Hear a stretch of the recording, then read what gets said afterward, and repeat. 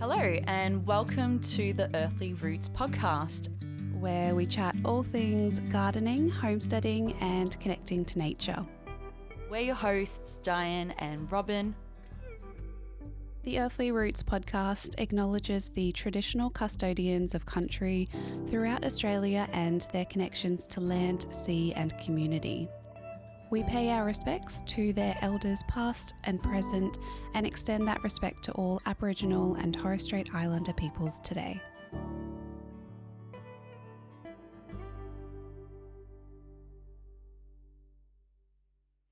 Hello, and welcome back to the Earthly Roots podcast. We are so excited to spend another day just chatting away with you all.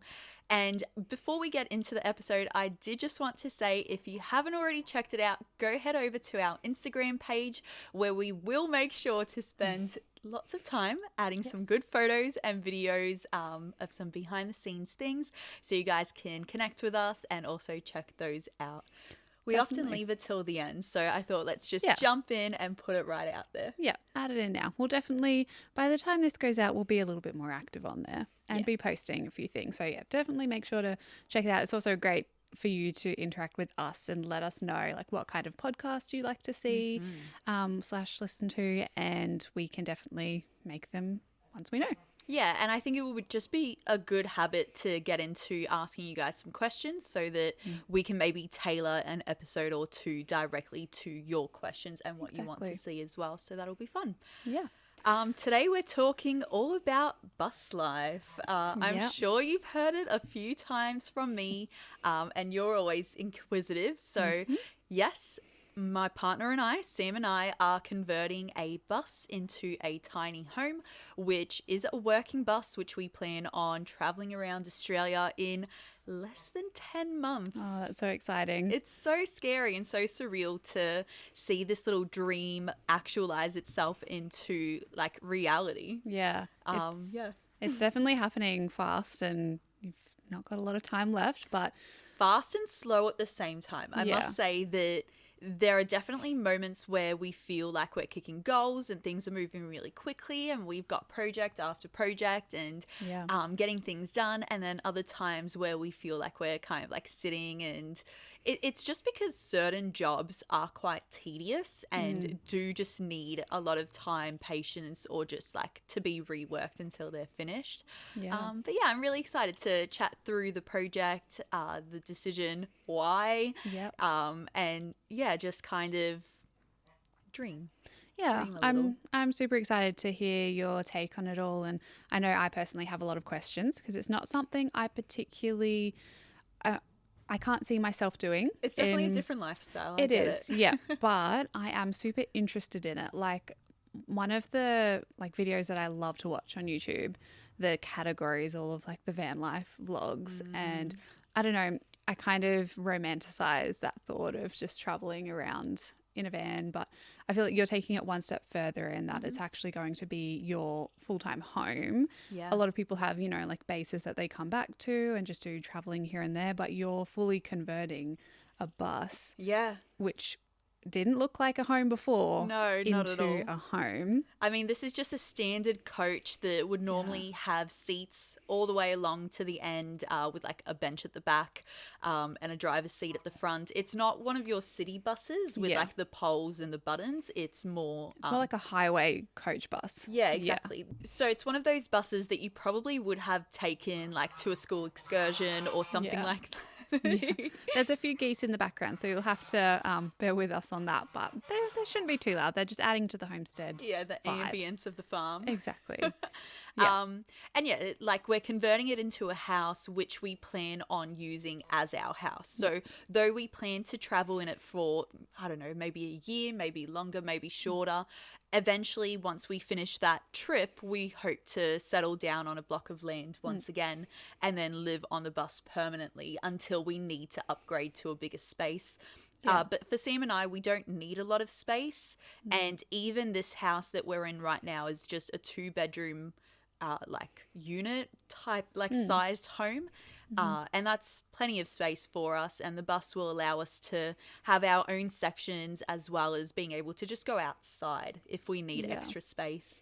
So, yeah, I think it's going to be a great size.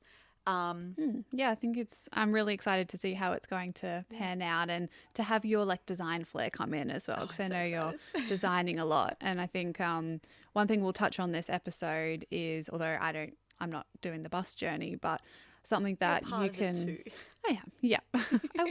I was there from the beginning. She actually was. Like the first time Robyn and I met was, well, no, I mean, we met through YouTube in a way, but the first time we actually got to hang out together in your garden was when Sam was getting his bus license, and it was just a great opportunity because it was just an hour out from you guys. Yeah. And I was like, hey, do you want some company for a bit? I need a babysitter. Yeah, no, that was really fun. Yeah, but I think something that you can probably, and our audience can also relate to, is the journey that you've gone on, this massive endeavor with your partner as well. We can kind of touch on like how you've felt communicating with Sam about all the different jobs, and it's such, whether you're building a house, like a physical standalone house on ground, or a bus that's being your home, the tensions with partners can be a lot. And I feel like it'd be good to chat about that as well throughout the episode. So we'll kind of touch on that. I often say that like taking on a project like the bus has meant that Sam and I have gone through like 10, 20 years of arguments in the space of like a year, because there's just so much problem solving you need to do together, and just learning how to communicate and get your message across in a way where you're not offending them, but at the same time getting a task done and moving forward. So that'll definitely come up later on, I'm sure. Well, maybe we can step back quite a bit to the beginning for you guys and take back to the beginning. When did you first decide that you wanted to transition your life into bus life? And what was the very initial first steps that you took to going down this pathway? Yeah, so it's really funny. 8 years ago, we were looking at building a tiny home. Like that's where it really began. And that's also when we started like researching homesteading and all those kinds of things. But as we started looking into tiny homes more, we realized that it was a bigger dream than we could actualize, because you needed a big enough trailer. You then needed to build everything on top of that. And then you needed also a car that could tow that. And so very quickly that became an unmanageable goal, or just a huge expense that we couldn't afford. So slowly we moved away from that. We delved into like yurts and thinking about that, and eventually ended up here 3 years ago. And then, I don't know, maybe 2 years ago now, I would say, we started to be exposed more and more to, you know, van life and bus life. And I guess it would have happened like just after COVID, when a lot of people were locked away from from their businesses and locked at home. And so this was almost like the only way that people could travel during that time. And I think that's why it became such a huge movement. And the funny thing is even though we considered tiny homes 8 years ago, a bus never entered our minds. Like it wasn't even something we considered. But anyways, when it became like something that could be possible, we delved right into looking into it. And I know I've been asked the question a lot of why not a caravan or a standard motorhome, one that's already built. Next question. One that's already built, it's all done, you just get into it and go. And I mean, my mum was the first one to ask this question, and the reason I gave to her is because we can customize the bus to be exactly what we need it to be. It has the spaces that we need. It looks the way we need. We can flow through the space the way that we want. Like, we want a big kitchen, and a caravan and a motorhome doesn't always have that. We, you know, want a decent sized bathroom, but we don't need a lot of bedroom space. And so we can decide the layout on the bus and how it looks. And I think that really appealed to us. But not only that, like the process of building something from scratch really appealed to us. Like that desire to build our own home and get our hands into it was also really exciting. So yeah, I think that was the reason we diverted away from caravans and motorhomes. More space, more flexibility with how you use it, and then just being able to achieve and actualize the build ourselves and be able to share it on YouTube or with our family and friends, as opposed to just getting something that's already done. Yeah, I suppose it's more like a home then. Like when you do find your forever piece of land or where you want to kind of settle for a bit longer, you've then got the infrastructure to just start living there straight away. A caravan can be kind of tricky with that. Yeah. So yeah, I think a bus is a good size. It's definitely much bigger, like in person, I feel. Yeah, it's huge. I don't know. Yeah. So our bus is actually 30 feet long. Yeah. I think 12.5 meters in metric terms. And I don't know how high it is, but inside the bus, I think it's a meter 90 or a meter 95, something like that. But it's enough for Sam to have maybe like 10 centimeters or so above his head if he's lucky. Now that we're building in the walls and the ceiling, like as the floors and the ceiling, it's closing him in. Yeah, it's comfortable though. Like when I was walking through there, I get a little bit of claustrophobia with small spaces, but I felt perfectly comfortable in there. Caravans and I just feel like they're a little small. They are a bit small, definitely. And like that's the whole point of them. They're supposed to be small and compact because you only go onto them, you know, for temporary reasons, while we want to live full time in our bus. Yeah. And so that's where building it out allows us to, you know, customize it so that it's comfortable to live full time, because we have 3 dogs. We've got a cat. There's Sam and I, who have completely different sleeping schedules, and all of that needs to come into account when we're building out a space like that.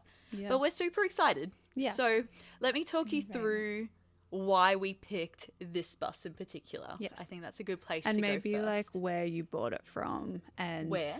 Yeah. Okay. And like, I'm just thinking, if I wanted to buy something like this, like how would I even start? I'm going to convince you, aren't I? I'm going to get a bus next week. I mean, I would love to have land and then like have some kind of tiny home or tiny house. So I'm interested. Yeah. But yeah, like, do you go on like Marketplace, or is there places to look at these kinds of buses? Where do you kind of start? Yeah. So once we decided to get a bus, we were on Facebook and Gumtree as well, searching up, you know, like buses for conversion or, you know, like bus for sale. There's a lot of areas that have school buses that have been retired. And so school buses are really good because they get serviced yearly. They have to be. So that means they're really mechanically sound. And when they're out of service, let's say because the bus company is upgrading all their buses, or a new rule has come in where, you know, they all need seat belts and previously they didn't. Those are the buses you'll end up getting for your conversions. So Marketplace has a lot of them. Facebook has a lot of like bus conversion groups where people sell theirs. And when we started looking, there were a couple of buses in our area and then a couple of buses further out. And the bus we ended up getting, which was perfect for us, was an hour out from you, which is actually 5 hours away from us. And that was closer up to Sydney. Yeah. And this particular person that we bought the bus from, he had bought it for his family to convert themselves, but they had young children. And so I think they didn't quite realize how big of a job it was going to be. And they just ran out of money before they really started the project. So we ended up getting the bus from them, and it was partially demolished. So it didn't have the seats in it. They started taking off some of the walls, and I think that was about it. That was all they really did. So yeah, we picked this bus in particular over others because it has the underground storage. So it has storage bins, which was awesome for us. That's going to be really handy for things like solar and for gas bottles and storage in general. We also like the head height. So Sam's a very tall fella. And a lot of like coaster buses, which are normally what people convert, will end up with Sam walking like this, and that's not really comfy. Yeah. So that height was really important for us. The 12.5 meters also means that Sam can drive it on a medium rigid license, as opposed to having to upgrade to the next license up to drive it. Why else did we pick this particular bus? I think the engine is also really good. Okay. So it's a Dennings engine, which is really easy to repair. A lot of mechanics in the area know how to work that because there's buses and trucks that have the same engine types. And, you know, when you're about to go on a year-long trip where it's most likely to break down every now and again or very often, you want to be able to fix it easily. So that also came into our decision-making. Yeah. And is it petrol or diesel? Or it's diesel? And it guzzles diesel. I mean, the first time we had to fill it up was so painful. I remember watching the meter tick as Sam was filling it up, and it was at like $600. Wow. And I mean that we still have that petrol sitting in our bus, and it lasted us a really long time. But just to see that kind of money come out was brutal. That's in place of rent, I suppose. Exactly. And that's something we have to consider as well as we drive is we don't want to be driving through the country too quick. Yeah. We kind of want to pace it so that the fuel money ends up being like our rent for the month, so that we're not, you know, spending $600 a week or a day because that would be insane. Yeah. I don't think it goes through it that quick, but I mean, I don't personally know. Yeah. So in terms of money, do you want to share like around how much you paid for it just to get a bit of an interest, or how much, like what's the kind of range for these kind of buses? Because it was partially demolished. So does that have an impact on the price or? Not really. Yeah.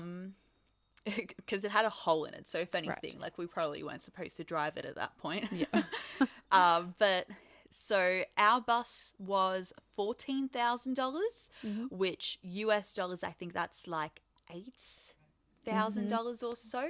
Because I know that at least when I'm looking at bus conversions on YouTube, a lot of the time they'll be like, oh, it was 3,000, 4,000 US dollars. And I'm like, that sounds like so little in comparison. Yep. But when you do the conversion, like it's pretty much the same price that we've paid. Yeah. So $14,000 for the bus.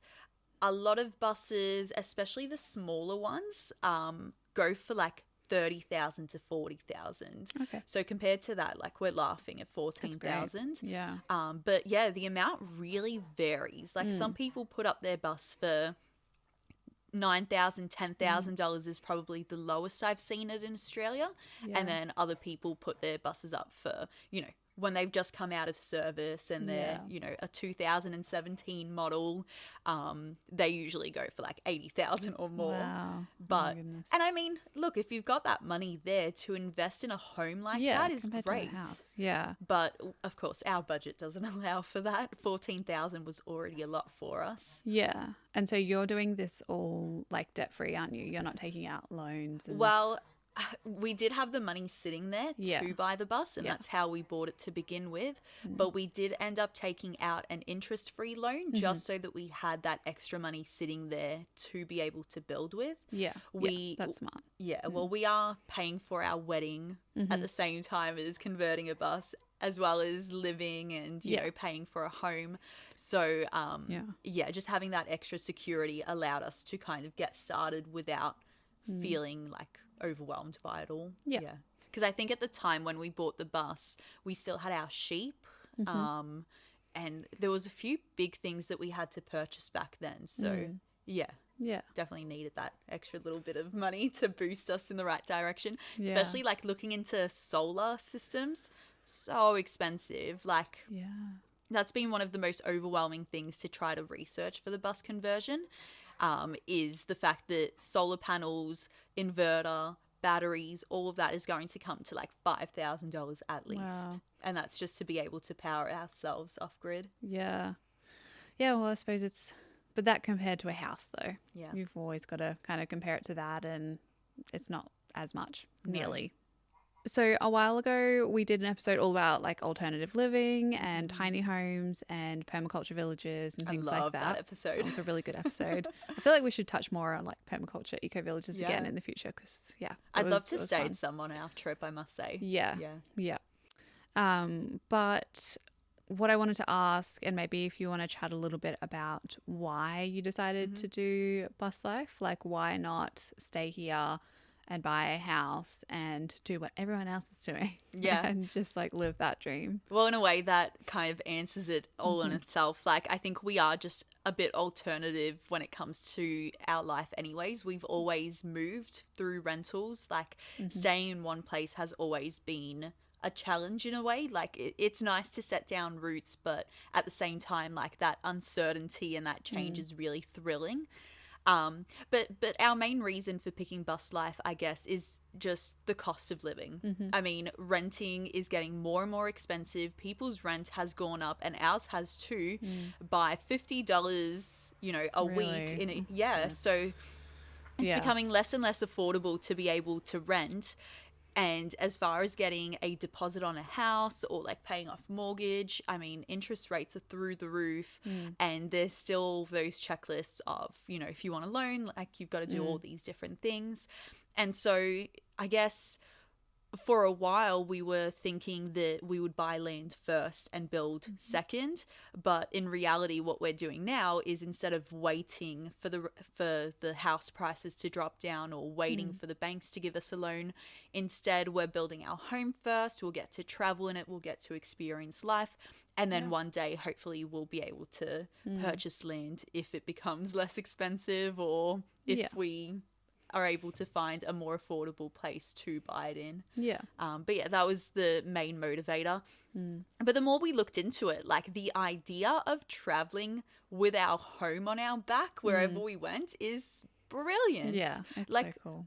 We love traveling. We love experiencing new things, and being able to be like, okay, I'm tired now, I'm gonna go sleep in my own bed, which is right here behind me, is just, it's brilliant. Like, I think it's going to be a life that we really enjoy a lot more than we realized we would. But I mean, I'll let you know in a year's time what that's actually I'll be like. following along with all the videos. I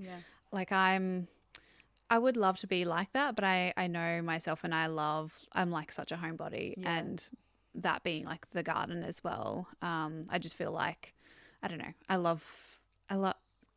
I traveled a lot as a child. That's what I'm trying to say. I feel like I've done a lot of traveling, and I've always wanted to like set roots down in one spot. So that's kind of like why we're doing, the opposite, by trying to find land first. Still looking into like alternative living and that kind of thing. But yeah, I always find it so interesting what you're doing. But see, that's the thing, that we are technically setting roots, except the roots are moving along with us. I mean, you could say it's like a pot plant that you can take with you anywhere. You still have it. Big one.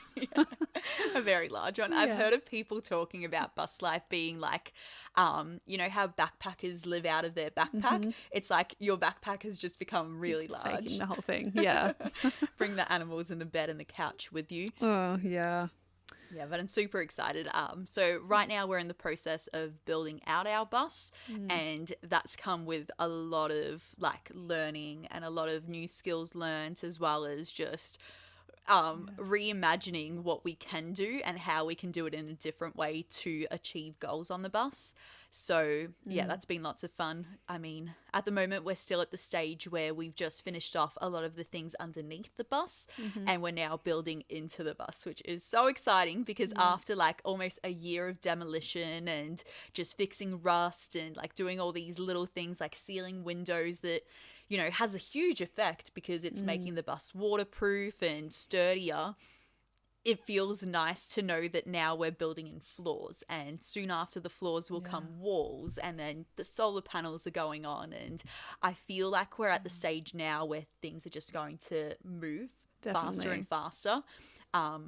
Setting those foundations down is always the slow part with any kind of house building, and it's not the funnest. It's not the most fun part. No, and it's actually been really challenging. I'll be honest. Yeah, you've mentioned that a few times.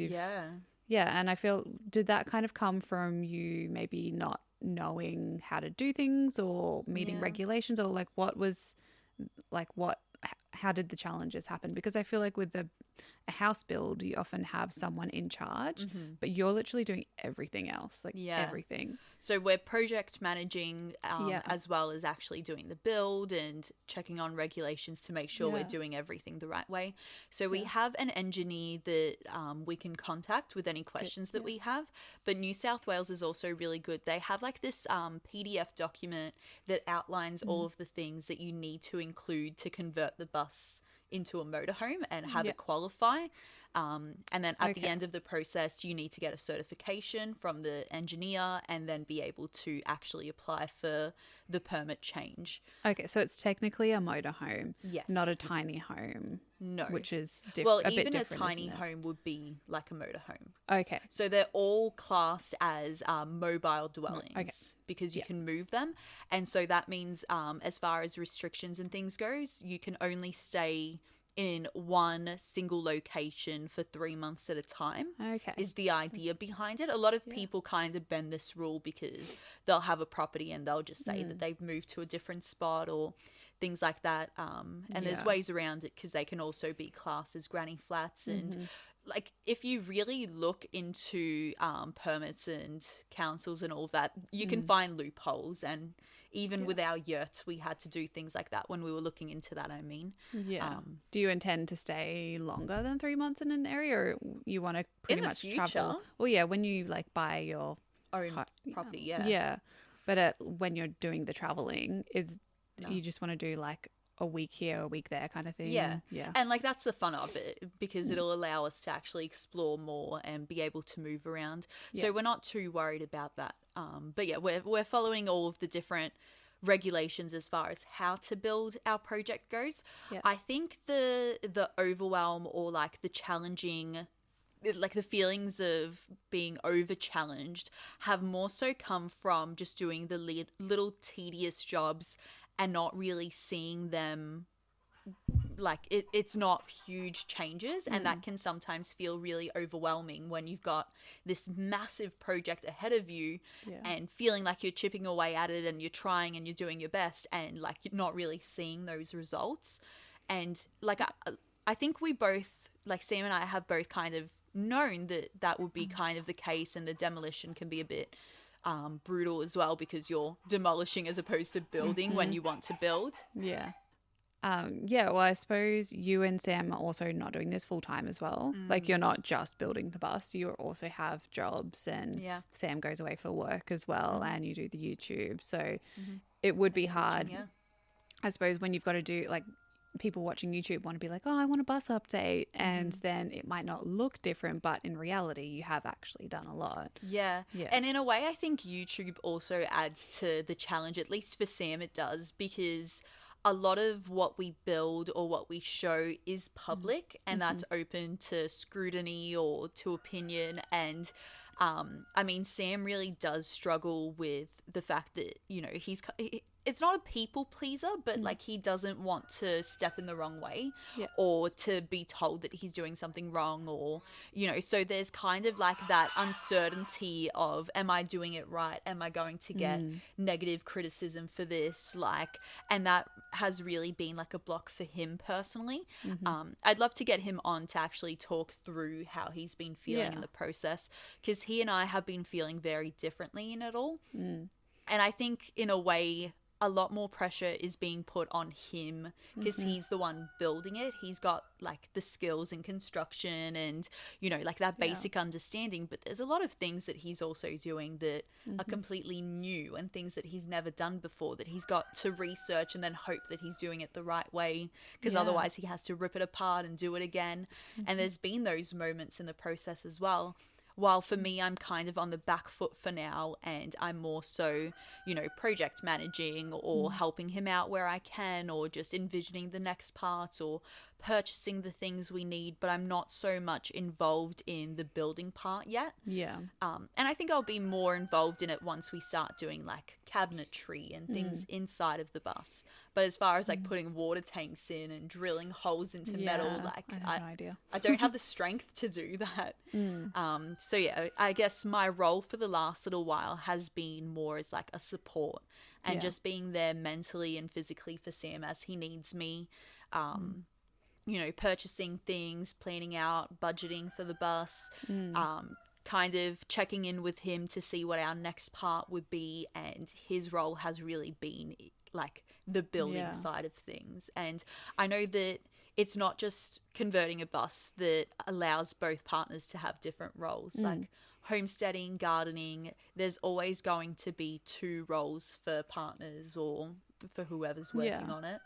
Yeah, I feel like he tends to thrive off like positive reinforcement as well. He does, and definitely. it's hard when you are putting that out on the internet because the internet doesn't actually see the full story. But no one's being negative. It's just that idea that if I step in the wrong way, someone could say which something. kind of like automatically like kind of sometimes can diminish a lot of the positivity rather than having people here being like, oh wow, that's amazing, like that's so incredibly talented what you've done, which is difficult because he's just kind of doing it by himself. And I think he's also from that same mindset, or like he grew up where you don't ask for help, you know, like you know how to do it and you get it done. And so and he's good at asking for help, but I think in the back of his brain, it's kind of like that block that really prevents him from just going and approaching someone for help, or like asking for advice, or noticing if he's done something wrong and fixing it. Like his brain just doesn't allow him to do that, which is fine. But it's just been that challenge that we've kind of had to overcome. Yeah.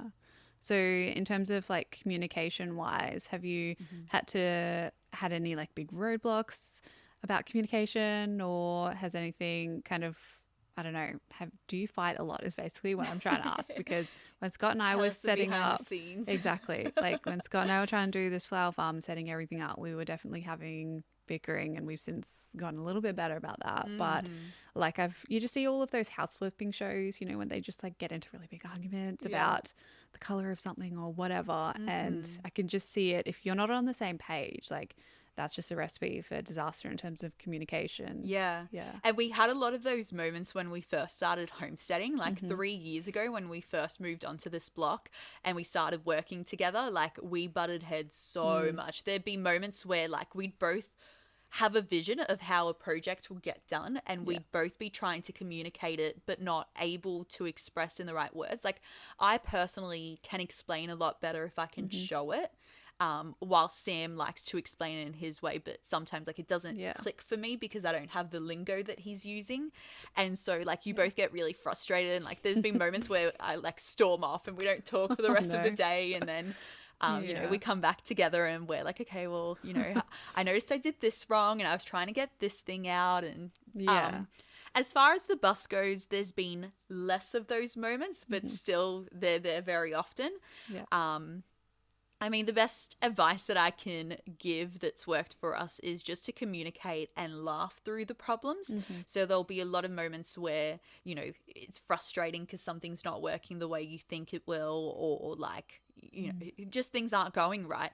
And either Sam or I tend to get like really upset by that, or let it overwhelm us. And like if one of us just laughs through it, or like, you know, patiently just does the thing that's not working. Like a lot of the time for Sam, he'll get like really hot-headed because something's not going right and he's like trying to jam it in, and then I'll just be like, you know, he'll flip out and he'll like storm off to go and cool off and, you know, think about the problem and how to approach it. And I'm like, I'll just try this one little thing, and then it works out. And I'm like, look, I just did it a different way. And it's just part of like when you're working with other people, being open to listening to the other ways to do things. Because oftentimes we get so sidetracked, or like we see one solution to a problem and it's so hard to accept another one until you've tried yours out. And so we've had a lot of moments where it's just like you flip your lid and you have to leave and just cool off for a bit before approaching again. But it's been a journey. It's been fun. Does it feel ever like you feel like you might not be doing enough sometimes when he's doing a lot of the physical build, and like you are doing a lot, you're doing a lot of the designing and everything else, and you have plans to decorate and do kind of the last few steps. How do you kind of manage that? Does he ever ask you to do certain things and you don't want to do it, or? Not necessarily. I mean, he definitely gives me jobs that I can manage. And that's the thing, like, he'll always, you know, let me know of the next few jobs, and then I can kind of decide what I can physically or can or can't do. Yeah. But there's never been projects where I'm like, no, I don't want to do that. Like, you know, I have had some awful jobs, like having to deal with the rust or like pick off all of like the rubber. But at the same time, I know that that's something I can manage and do, and I can do it, let's say, like after work or on the weekends when I am at home. So it's not going to take up too much of my time, and I can kind of chip away at it as I want to. And I've honestly only just finished doing the rust then, after doing it for a year almost, and the rubber as well, because it's one of those tedious jobs that, like, I thrive on variety. I've said that earlier in the episode, but that's why I'm a teacher. Like, every single day is completely different. Every lesson is different. Every moment is different. So trying to do one thing for a long period of time, like scraping off rubber, is really like, my brain's not being worked, and I think I just can't focus on doing it long. But the other day we both went into the bus and we're like, okay, we're just going to finish off all of these little jobs that are piling up because we haven't been bothered like finishing them off, and we're just going to get them done. And that was honestly one of the best days we've had in the bus, is just chipping away at like the little shitty jobs that you just don't want to be doing. And just getting it done. And it was so satisfying at the end, seeing those done and knowing we can now move forward. But as far as the building goes, like, there's a lot of things I can do. Like, I can drill. I can, you know, like, there's a lot that I can do. It's just that currently it makes sense for him to do it because he knows what he's doing, and it's easier for him to get it done than to explain to me how to do it. And I'll just support, you know, by like holding things up or lifting and moving things if need be, or like checking that everything's going the right way. And I think once we move into building in the bus, like framing it up, painting inside, walls, decorating, but even just putting the cabinetry together or like putting insulation in at the moment is something that we're doing. That's something we can both do. And and I'm loving learning all the new skills. I've always loved learning how to build our garden beds, or, you know, different projects like tables and boxes. Like, so far I've only kept to like the squares because that's nice and easy. So the bus is going to be a challenge with its curves. But with every new skill, like, I'm just loving adding it into my repertoire and just imagining what else I can build after that. You know, like, I've never had to deal with rust before, and now I know how. I've never had to put insulation into a space before, and now I know how. So yeah, it's really cool. I'm excited for the for the journey ahead. I wish I had that, like, I don't know, desire to build things, or I just, like, I don't know, it's just not in me. You might one day, like, you want to renovate. Yeah, but I kind of want other people to renovate for me. Fair enough. I like to stick to the garden and just have free reign there. But no, I'm really loving it. And I think, just being able to see the dream slowly actualize into reality is really exciting. Like, and I think it's just going to become more and more real as we go. And just knowing that at the end of the year we're going to be in that bus no matter what is great. Like, it's great motivation to just kick us into gear and get going. So you've kind of started, and I know you've kind of posted a little bit about this on Instagram and YouTube, of all of the downsizing that you're doing and kind of minimizing different things in the house, and obviously all of your animals as well. What's the major things that you're getting rid of, and are you kind of keeping any of the furniture in your house, because you do have a little bit more space than like a caravan? What are you kind of keeping, and what are you taking? What are you getting rid of? So we're trying to repurpose as much as we can. So we have a lot of pallets that we've collected over the years, that we plan on using the wood for like walls and things like that on the inside. Same thing goes with like corrugated iron and things like that. But as far as furniture from the house, we're trying to use as much as we can as well. I've talked about in a previous episode that we've invested a lot of money into the furniture that we have. And so being able to repurpose it and use it on the bus will be really great. So like our couch, we're planning on bringing that onto the bus and building storage around it. Our mattress can also come onto the bus. a lot of our furniture is like IKEA furniture, so I feel like I'll just sell it because it's a lot easier, and then we'll just build things into the bus as far as storage goes. Fridge, we're most likely keeping our fridge. And then as far as like all our kitchen gadgets and plates and cups, I've been trying to minimize it down to 4 of each. So there's, 2 for Sam and I, and then 2 for guests, which that's been a bit of a challenge because as I'm reducing like knives, forks, plates, spoons, it's causing us to have to wash the dishes more often because we're running out much faster. But it's been good. Like we're trying to do it a bit at a time. And I know like in 8 months' time, when we're getting closer and closer to the end of the year, I'll just be putting everything up on Facebook Marketplace and getting it out of here. So far, I've just been getting rid of things that have been sitting in the shipping container as storage, putting things into the op shop as well if they're not worth selling or they're really little. And so trying to keep as much as we can as it is because we don't have a lot of things anyways. But then anything extra or things that we can just build into the bus, we're just selling off. Cool. I suppose one other thing was, what are you going to do with your cars? Because I know you've mentioned what you are going to do alternatively. Yeah. Because you'll just have the bus and obviously that can't get into really small spaces like, parking, in small streets and things like that. Yeah. What are you going to do instead? So I would love to be able to tow a car behind the bus, but I don't think we can on the license that Sam has. So the little Astra is probably going to go and stay with family while we're traveling. Sam's ute we're most likely going to sell. Okay. And then we're getting some electric bikes to go along with the bus. So that way... Exciting. Yes, I know. So that way, like, we can park up at, like, a caravan park or on someone's homestead or, wherever we can go and then use the bikes to get into town or to travel around.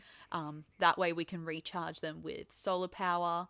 We're not having to use fuel to travel around on the bus too much, and then we're not trying to get into little tiny streets with a massive bus. I know. I watched the vlog of you guys, of Sam driving it down, and when it hit all those like roundabouts and the bridges. He was so worried about I would have been so nervous. And that was like his first time driving a bus as well. So he was just petrified. He did so good. There was a point because I was behind him the whole time and he just waved me on because he was like, I'm going to take forever. I'm going to go so slow, just go ahead and we'll meet up ahead. And so I drove on, and then the whole time I'm just like checking in my review mirror, like so worried. And so I ended up parking in Ulladulla, like from Nowra to Ulladulla, and then I stopped there for like 20 minutes before he finally arrived. Stressful. But he'll get so good at driving. Yeah. The most stressful part was actually all the bridges. Because they're so enclosed, and he didn't know how it would feel like with oncoming traffic because it was getting into peak hour traffic.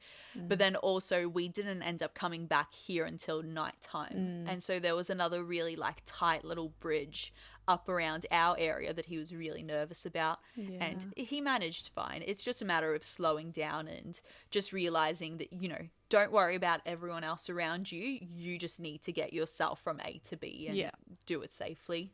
Yeah, he did well. That pressure. He did so well. It was so funny watching back the footage because he was just like, he was so nervous, and then it was fine. And so he'd be like celebrating, like, yes, I did it. So cute. Yeah, it was great. No, it's so exciting to, as I said, build out this bus the way that we want, and then be able to, go all over Australia. Like just imagining all the experiences, all the learning that we're going to have from this, and just how much stronger our relationship has become from building this together, but then also being able to do this once in a lifetime experience. And hey, it could be more than once in a lifetime if our bus keeps moving. Yeah, exactly. No, it's really, really inspirational, and definitely I feel like you will inspire a lot of other people with sharing your journey nicely. Yeah. I'm very excited to follow along. And you're starting to like plan the journey. So if, because you're, getting in contact with your audience about whether or not, you can stay on their land. So if you do have land available, Yeah. definitely let Diane know. Yeah, we actually have a map of Australia that we've built up, so you can actually add a pin to it, so that if you want to host the bus, you can, or if you just want to organize a meetup in the area. I know a lot of people have communicated with me that they don't have really big homesteading communities in their areas, or they're not sure if they do or not. So I think this is just going to be a really great way to kind of unite people in different communities. And if we're the excuse that makes that happen, it's just really it's really heartwarming to be able to provide that for others. But yeah, even if we just get to meet people along the way and just see a lot of different places, because that map not only has like the host pins and the meetup pins, but there's also like points of interest, so that you know, like I know that the best places that I've ever traveled to have always been locally suggested to me. Like local people knowledge is that, the best. Yeah. isn't it? And so I'm just hoping that people are kind enough to share that with us, so that we can see the best that our country has for us. Yeah, definitely. So excited. Exciting. It's coming along quick. Hopefully we can do another episode like this in 10 months time, and I can be like, these were all the challenges and all the successes of the bus. This is what we did and didn't do. Yeah, I feel like it's going to change so much even in just like a few months. Oh yeah, Maybe we're we can about do an to frame update. it. Yeah. Like, I think once we put the framing all through the ceiling and the walls, and then the walls go up, like, and that becomes an enclosed space, it'll just transform. Yeah. That'd be awesome. So let us know if you do have any questions for Diane on building a bus and what that's like. I feel like you're going to have so much knowledge that you can like put together to hand out to people, and it'll be really useful. Yeah, I hope so. I mean, I've gotten a lot of knowledge from other YouTube videos and people in the community as well on Instagram, so it'll be nice to give back a little bit as we learn more. Yeah. All right. I guess with that, we'll wrap leave it there. it up. Yeah. Thank you so much for listening / watching. We do have a YouTube channel, so that's why we say watching if you're listening to this on like Spotify or Apple Podcasts. So yeah, we do have the YouTube channel where you can comment, let us know what episodes you'd like to see, what topics we can discuss. We also have on any podcasting app that you listen to, you can give us a rating and give us some feedback. We would really appreciate that. Yeah. And also a Buy Me a Coffee page, so that if you would like to support us monetarily, you can do that as well. Awesome. Thanks so much, and we'll see you next time. Bye.